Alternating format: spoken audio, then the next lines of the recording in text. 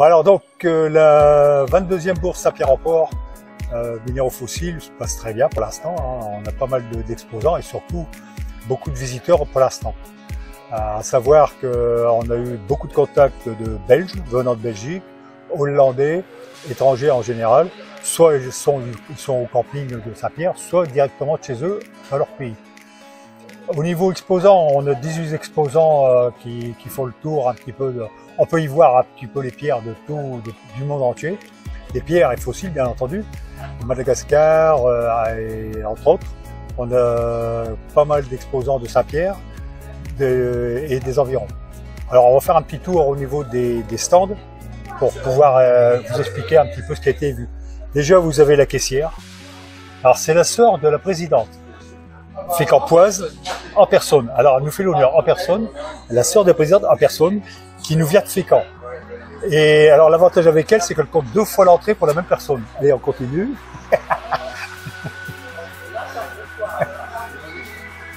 Là, on a des stands qui nous viennent, les exposants nous viennent de la région parisienne.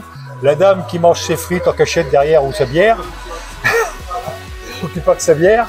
Bon, c'est tient le stand avec son mari au niveau, voilà, il y a le miroir. Au niveau de pierres et de bijoux qui sont toutes faites en pierre naturelle. Il n'y a rien de plastifié, rien de collé, c'est vraiment du naturel et de la qualité. Et poli par le monsieur. Hein, à l'assise, je ne sais pas pourquoi, mais elle doit être en dette envers lui. Donc on y voit ici au niveau du stand, beaucoup de minéraux, alors de bonne qualité bien entendu, avec des inclusions. Alors il y a pas mal d'inclusions à l'intérieur, et des pierres qui sont de belle qualité. Hein. On aura beaucoup de stands de ce style, et en qualité, la bourse de Saint-Pierre est réputée pour sa qualité d'exposition. On verra aussi sur beaucoup de stands, parce que c'est la mode, tous ces pierres qui sont là en luminescence un peu, c'est de la labradorite. La labradorite, alors à l'état naturel, ça brille pas du tout, hein. Il faut les polir.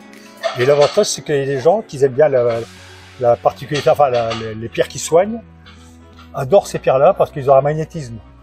Pour ceux qui y croient, hein. Il y a un magnétisme. Alors ici, on a, comme l'année dernière, bon, on a beaucoup d'exposants qui sont venus l'année dernière. Et comme l'année dernière, un stand au niveau fossile divers. Il y a du marocain, il y a du Normandie, il y a un peu de tout partout, même de chez nous, hein, de Seine-Maritime. Il y a également quelques petits fossiles qui viennent... La bébête, elle vient de où, là? La bébête, elle vient de... C'est une copie de où? C'est une copie de où? Ah, c'est pas une copie, hein. Elle a juste été restaurée là. Madagascar. Ah, elle vient de Madagascar, pas de Chine. Permien, non, Permien de Madagascar. On va dire une connerie, bon, de Madagascar. Bah oui, non, parce qu'en Chine, il y en a pas mal. Ah ouais. Bon, quelques poissons et tout qui viennent ou du Brésil, ou c'est français. Ceux-là, et le côté de Manosque. Non, ceux-là, Puy-de-Dôme. Saint-Saturnin. Ah, d'accord. Ah, Saint-Saturnin, ouais, exact. Ouais. Donc, on a l'avantage d'avoir des pierres qui sont de la région, mais aussi de France, pour prouver qu'en France, on trouve quand même pas mal de petits fossiles. Là, tu as les fossiles, alors tu avais les Dapalis macrurus qui étaient aux environs de Manosque, qui sont là, voilà. Enfin, je dis Manosque parce que c'est au-dessus, hein, mais ouais, on peut plus y aller, on peut plus y aller. Non, c'est reste, ouais. C'est protégé, et puis même, ça faisait partie de l'évêché de Marseille, pour donner un ordre d'idée. Quelques petites empreintes qui... Elles sont françaises aussi. De l'Aveyron. Ouais, alors le problème c'est qu'ils sont, enfin le problème, pas pour ça. Là elles sont repeintes, pour qu'on voit le... Ouais, ça c'est, oui, ça c'est pour ressortir l'empreinte, ça c'est tout à fait normal. Le poisson du Brésil c'est celui-là, là, le moule. Voilà. Quelques fossiles de France, aussi Belgique, avec les passes de crabe et puis ces oursins. Ça vient de Basse-Normandie. Ça vient de Feugerolles. De Sèvres. Fresnes. À Fresnes. D'accord. Fresnes, donc Basse-Normandie. Et on avait, tiens, il y avait quelque chose, les petites ammonites déroulées là. Les Deux Alpes. Deux Alpes ou la Drôme. La Drôme, d'accord. Alors, devenu très rare et malheureusement des sites protégés pour la grande majorité. Merci à vous. Alors, Simon Bisseman, c'est l'organisateur de bourse de Rouen. Il vient tous les ans, hein. Ça fait combien d'années que tu viens, toi? Ça fait un certain nombre. 15 ans, il vient. Alors il y a 2 ans, il était venu avec un truc de dinosaure, monté en aluminium, en ferraille, je sais plus quoi là. C'était super ce truc-là. En fer forgé, c'était super. Alors lui, l'avantage, enfin, pour une exposition, hein, je te dis bien, hein, c'est le côté fossile. On a beaucoup de fossiles, enfin, du Liban. Donc il y a des... T'as toujours des carrières ou c'est ton frère? Bon, des carrières et on y trouve des poissons. Alors comme je dis à tout le monde, c'est que c'est là exactement la même couche qu'il y a sous Fécamp, c'est-à-dire du Cénomania. La différence, c'est que c'est pas les mêmes mers et avec des... Ah bah c'est bien, c'est gentil. Tu me l'apporteras tout à l'heure. C'est pas la même mer. Ben ouais, puis il y a Simon, il a pas bu, il a pas eu le temps. Donc on a l'avantage d'avoir des fossiles qui viennent du Liban. Très intéressant au niveau collectionneur, parce que c'est des choses qui sont rares. Nous, au niveau français, on a d'autres dans la même couche de fossiles, pas les mêmes terrains, et c'est agréable d'avoir tout l'ensemble. L'idéal, c'est d'avoir une collection avec toutes les couches et tous les pays. Voilà, je vous invite tous à venir à notre prochain salon, passer le week-end avec nous, les 22 et 23 octobre prochains. Comme tous les ans, on a un thème autour duquel le salon tourne. Et cette année, c'est l'avenir de la paléontologie, et notamment de la paléontologie des amateurs. Puisque nous fêtons aujourd'hui, cette année, le 200e anniversaire de l'utilisation du mot paléontologie. Et on veut mettre l'accent notamment par rapport au projet de réserve qui tente de se mettre en place du côté des vaches noires et qui va aller jusqu'à carrément l'interdiction même de ramasser des fossiles sur la plage. Donc voilà, ce qui serait dommage parce que ce sont des fossiles qui seront entièrement perdus. Et devant la contribution des paléontologues amateurs dans la préservation du patrimoine, on monte tous au créneau. Venez nous soutenir, venez nous visiter et on sera ravis de passer le week-end à vous.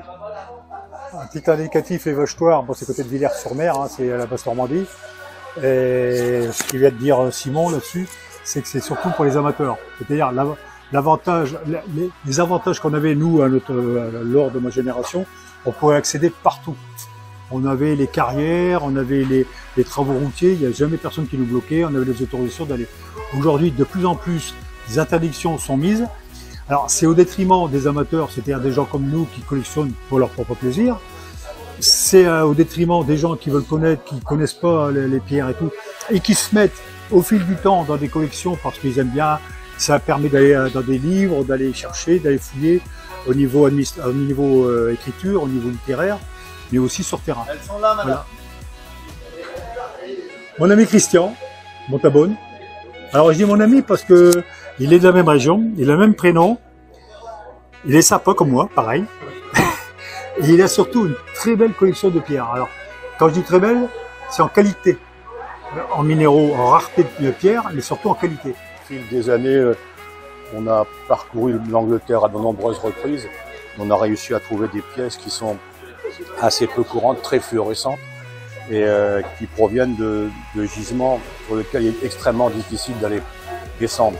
Si je prends l'exemple de ces deux pièces-là, les Greenlaws, il faut donc faire 200 mètres dans la colline et ensuite descendre 70 mètres avec des échelles. Donc c'était vraiment des choses qu'on trouve avec difficulté. Elles sont très fluorescentes. Fluorescence, ouais. Parce que l'explication réside dans le fait que lorsque la fluorite a cristallisé, en même temps que la fluorite ont cristallisé ce qu'on appelle les minéraux des terres rares. Donc ça, c'est des pièces anglaises que j'aime beaucoup d'ailleurs. Et ensuite, j'accompagne. Pas plus fort un peu, non? Il existe ici aussi des pièces qui sont sympas. Ah oui, magnifique. Un quartz de la Gardette ici. Magnifique. Ah ouais, magnifique, ouais, superbe. Avec chalcopyrite. Il y a un léger défaut, c'est que c'est beaucoup plus laiteux. Ici, c'est typiquement la Gardette, extrêmement limpide. Mais pas ici, c'est plus laiteux. Il y a un léger, pas un défaut, mais un manque de qualité, on va dire. Alors la Gardette, pour l'époque, c'est un gisement français très réputé. Très réputé, ouais. Qui est fermé aujourd'hui. Hein. Qui a été strictement interdit de prospecter. Et c'était exploité du temps de Louis XIV pour une mine d'or. Et ensuite, ça a livré des pièces extraordinaires. Et ensuite, il y a toute une série de pièces qui ne sont pas courantes. que j'aime bien. Ici, des hématites du glacier de Sarenne, ici, vous voyez. Il m'en reste 3. Certains fossiles, certains minéraux et tout. On revient un petit peu à ce que disait Simon. De plus en plus de sites sont protégés. Les mines sont fermées, sécurisées, c'est-à-dire que maintenant elles sont bouchées et tout. Aujourd'hui, il est pratiquement plus possible de trouver des minéraux ou des fossiles. De toute façon, comme on a pu connaître nous dans le temps, où on descendait dans les mines avec des échelles, avec des cordes, avec n'importe quoi. Et puis là, c'est terminé, hein, c'est fini. Alors c'est dommage parce que c'est là qu'on voit la beauté des pierres, la beauté du site, la beauté de la nature, qui fait en sorte qu'aujourd'hui, bon, malheureusement, ça se perd en...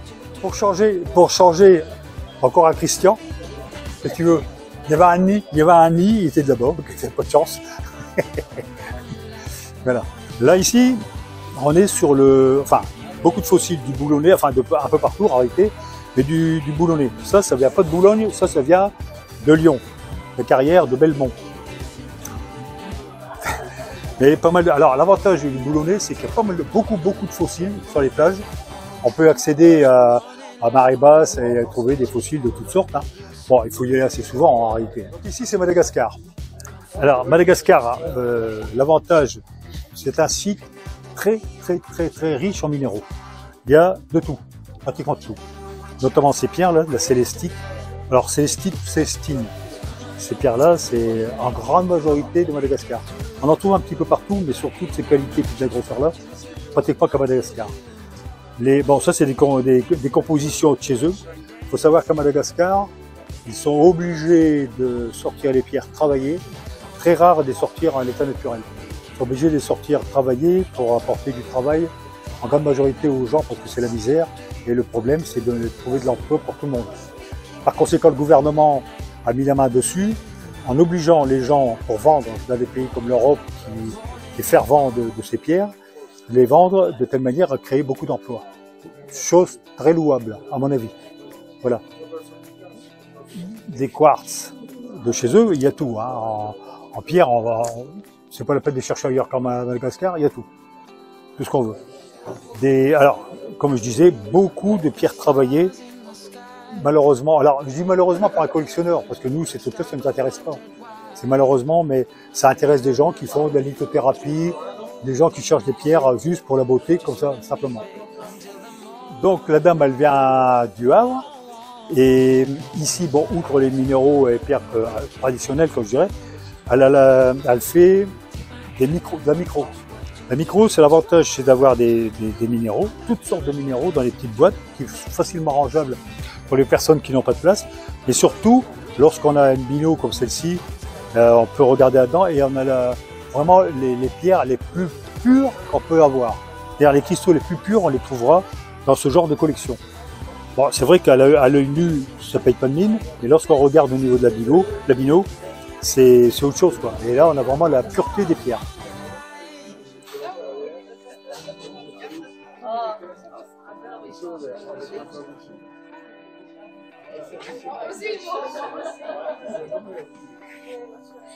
Donc ici encore un collectionneur qui nous fait pas mal de pierres, dont celle-là, qu'elles sont jolies, sont très jolies, celles-là.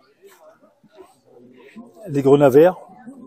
Alors c'est super parce que très souvent on les trouve mais plus foncés, puis là elles sont magnifiques parce que très translucides et très beaux, très magnifiques.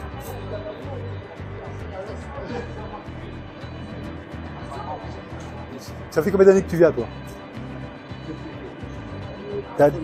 La première, donc la première, avec Jean. Ouais. Donc ça fait 22 ans qu'il vient. 22 ans et sur stand, si tu veux, tu as du fossile, tu as des minéraux, mais tu as aussi des fossiles de la région. Ils sont pas mal. Encore un stand régional. C'est-à-dire, grosso modo, des Normands, même de Seine-Maritime, on en a 4 ou 5. Ce qui prouve bien ce qu'on disait tout à l'heure, qu'on peut encore trouver des fossiles en cherchant sur les plages parce qu'ils sont encore aujourd'hui accessibles. Si un jour c'est protégé comme la Basse-Normandie, bah c'est terminé, c'est la mort du petit canard. Voilà.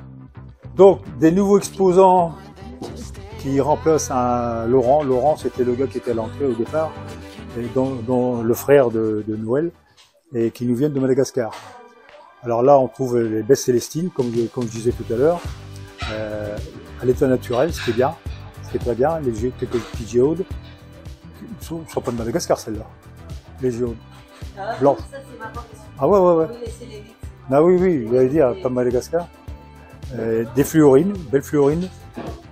Un petit peu ce qu'il nous faisait voir tout à l'heure le collègue à l'entrée de la salle. Donc fluorine dit fluorescence, qui est des beaux cristaux aussi. Les... Comment on appelle ça déjà? Septaria. Alors les septaria, ce sont des roches d'argile à une époque qui se sont cristallisées. Et en cristallisant, enfin de façon naturelle, se sont ouvertes un peu même, ils ont fait comme des fissures. Et ces fissures se sont remplies de cristaux, de minéraux. Par exemple, ici on voit, outre le noir, on voit de beaux cristaux à l'intérieur, blancs, donc des genres plutôt calcite, je crois bien. Pas sûr, mais... Hein, gypse, ouais, enfin calcite, gypse, gypse. Du gypse, c'est ce qui sert à faire le plâtre. Ah, là, ils vont pas faire du plâtre avec ça, hein, mais les gisements complets, on est en région parisienne. Voilà. Alors, comme je disais, alors ici, par contre, quelques petites ammonites, tiens, celle-là, elle est pas mal. Donc ici, quelques petites ammonites, alors toujours, comme malheureusement, venant de Madagascar, tout est travaillé, tout est poli. Quoique là, c'est l'avantage d'avoir un fossile qui est travaillé, mais qui est beau, qui est resté un petit peu de façon naturelle. On voit très bien. Alors, des nautiles, des ammonites de 2 ou 3 genres. Là. Différents.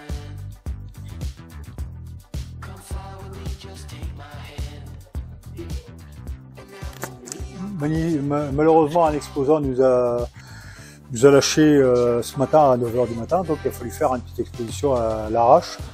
Et j'ai profité de l'occasion pour mettre sur ces deux tables ce qu'on appelle des calcédoines qui nous viennent de notre plage, de nos plages. C'est-à-dire ça va grosso modo de Seineville jusqu'au Grand Dalles. Ce sont tous des silex qui présentent des concrétions qu'on appelle calcédoines pour les bleus, comme ça. Ils sont très belles, et qui sont recherchés. Alors, par ici, ça semble assez naturel et commun, mais par contre, je peux vous garantir qu'il y a des pays où ils les recherchent.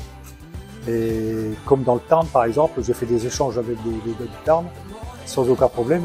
Une pierre comme ça, ils n'hésitent pas une seconde. Voilà. Donc, ce sont des calcédoines trouvées aux environs de Saint-Pierre. Calcédoine, c'est de la silice pure, au même titre que les quartz, qu'on trouve dans les couches géologiques de nos falaises, c'est-à-dire sur grosso modo 7-8 millions d'années, entre le Turonien et le Cognassien.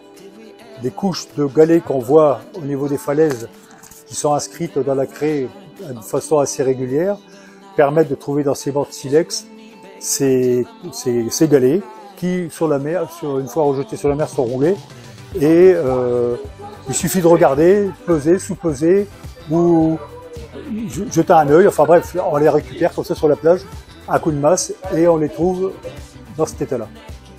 Superbe. Enfin moi, je suis du pays maintenant, je considère que je suis du pays depuis 30 ans. Je peux vous garantir que j'aime bien.